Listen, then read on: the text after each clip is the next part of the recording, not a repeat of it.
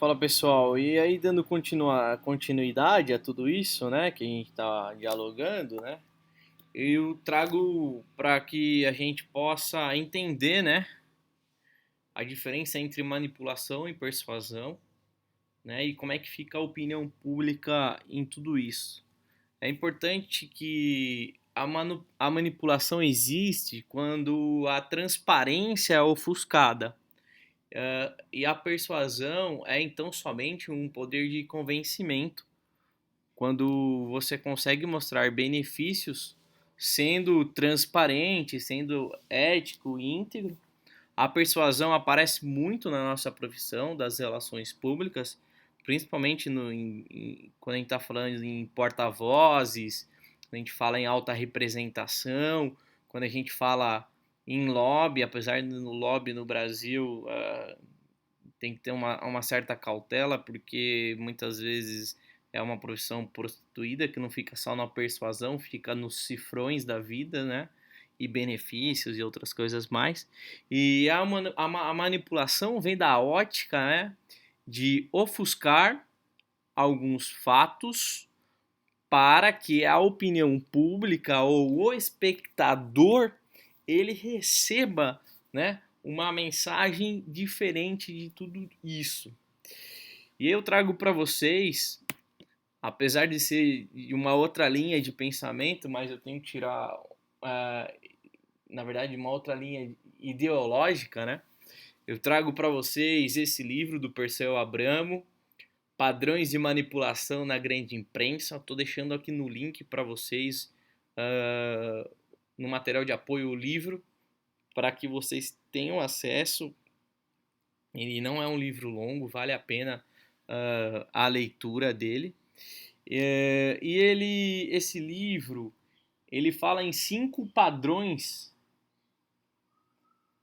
da manipulação da imprensa, principalmente no nosso país. Perseu Abramo faleceu em 1996, ele foi sociólogo, professor, jornalista, trabalhou muitos anos na Folha de São Paulo, no Estadão, por 2 anos na TV Globo. É um cara respeitado e ele fez parte do Partido dos Trabalhadores até que, após a sua morte, 2 meses após a sua morte, o Partido dos Trabalhadores criaram aí a Fundação Perseu Abramo, que está ligada ao PT e mais que produz muita coisa boa e conteúdo interessante, inclusive para que a gente possa utilizar.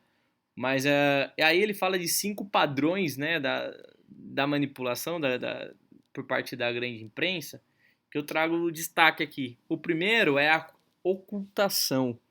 E aí, por diversas vezes, a gente vê o Max ocultando fatos, primeiro, para transformar aquilo numa notícia quente, para que aquilo tenha audiência, para que ele tenha o furo da reportagem, para que ele saia na frente de outras emissoras, para que ele seja valorizado, para que a sua carreira profissional seja reconhecida, para que ele tenha audiência, para que ele ganhe o glamour no meio jornalístico novamente, para que ele seja um âncora de uma grande emissora, para reconquistar isso que ele perdeu durante a sua carreira. Então, o tempo todo, ocultações assim da realidade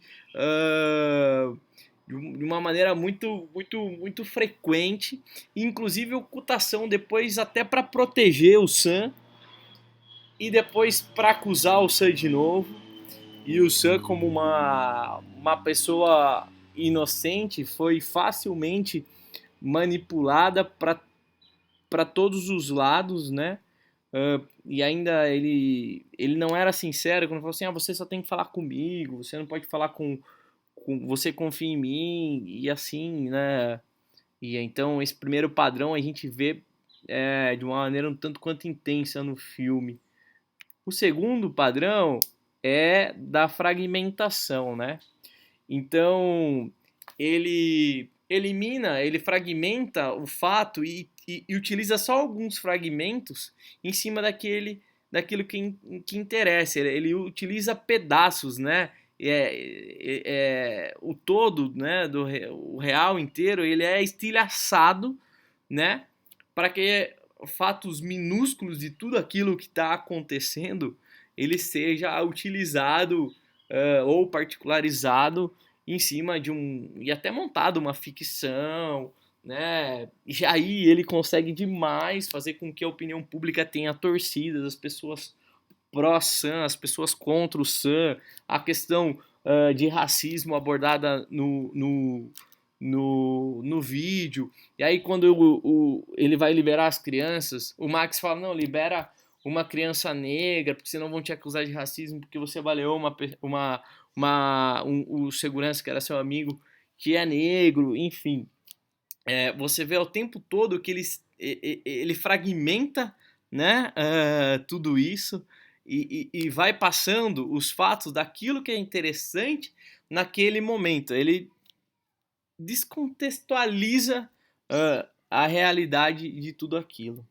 O terceiro padrão é a inversão, né? E aí isso logo de cara ele entende que o fato não é um sequestro e transforma, inverte tudo aquilo num grande sequestro, como se aquilo fosse uma grande verdade, né?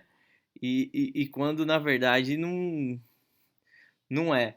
E aí, quando a gente está falando da inversão, a gente consegue separar essa inversão em três aspectos, né? Na relevância dos aspectos, o apresentado como principal e vice-versa, né? Então, talvez as crianças estarem ali seria um secundário da informação. A primeira informação era que alguém armado queria simplesmente ser ouvido, e aí há essa inversão, né, colocado esse fato secundário por primeiro.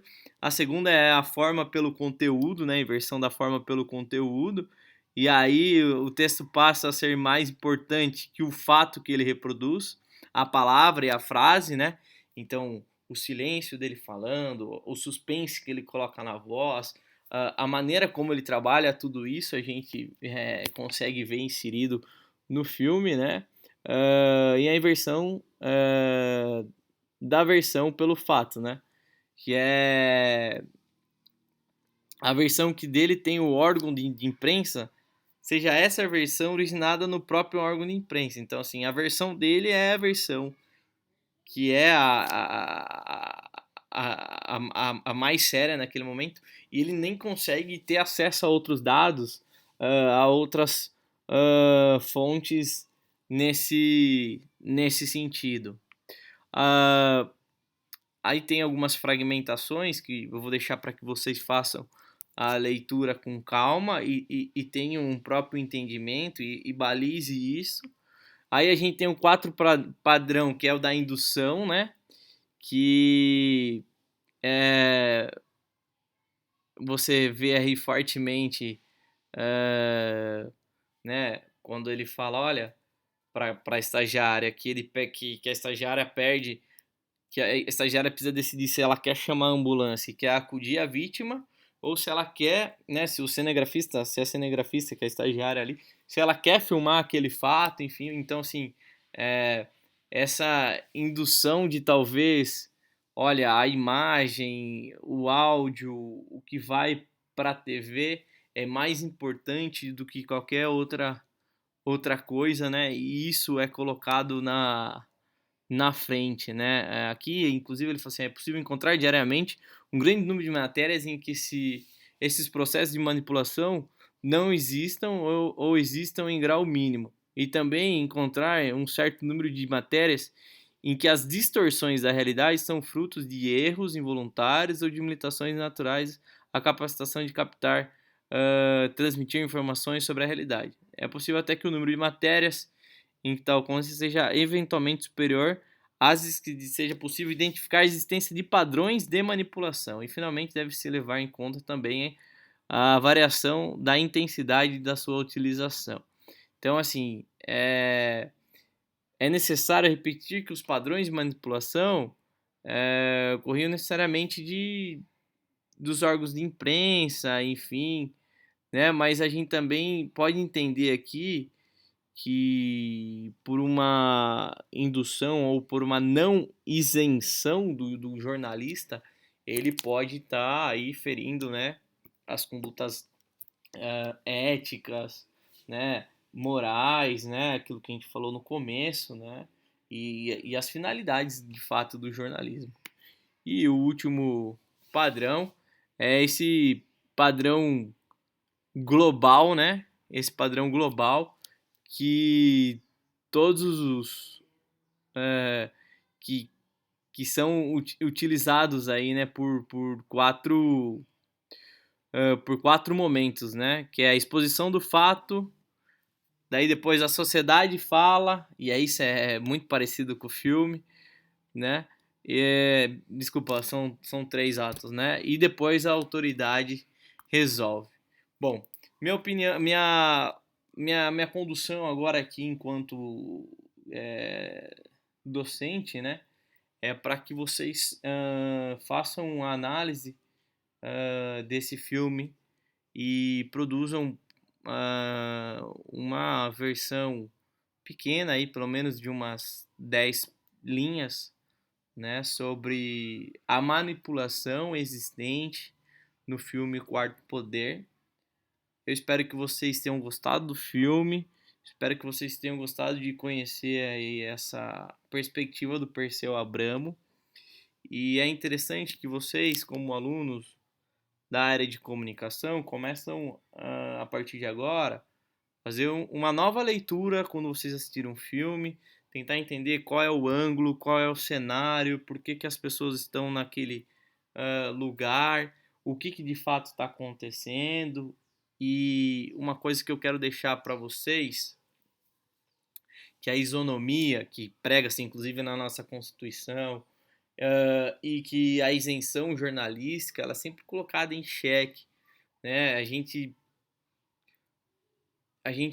enxerga por mais que mínima, uma certa tendência pelos aspectos culturais, pelos aspectos de formação, né? Por todo o repertório que aquele jornalista tem. Repertório é tudo o que ele viveu, né? Tudo que fez parte da sua formação. Quando vocês ouvirem falar em repertório da pessoa, é tudo que é toda a composição daquela pessoa.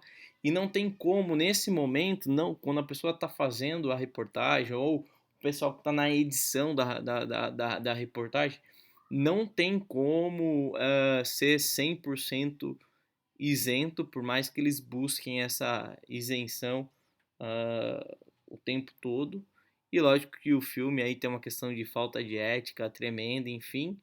E no final é trágico, né? E o Sam vem atirar a própria vida, né? E o Max entende uh, o, a grande cagada que a imprensa fez, e isso dirigida por ele, e fala, né? Ele sai, termina o filme falando: ah, nós matamos ele. Uma coisa nesse sentido. Bom, espero que vocês tenham gostado. Estou à disposição aqui de maneira online. Um forte abraço a todos e um grande beijo.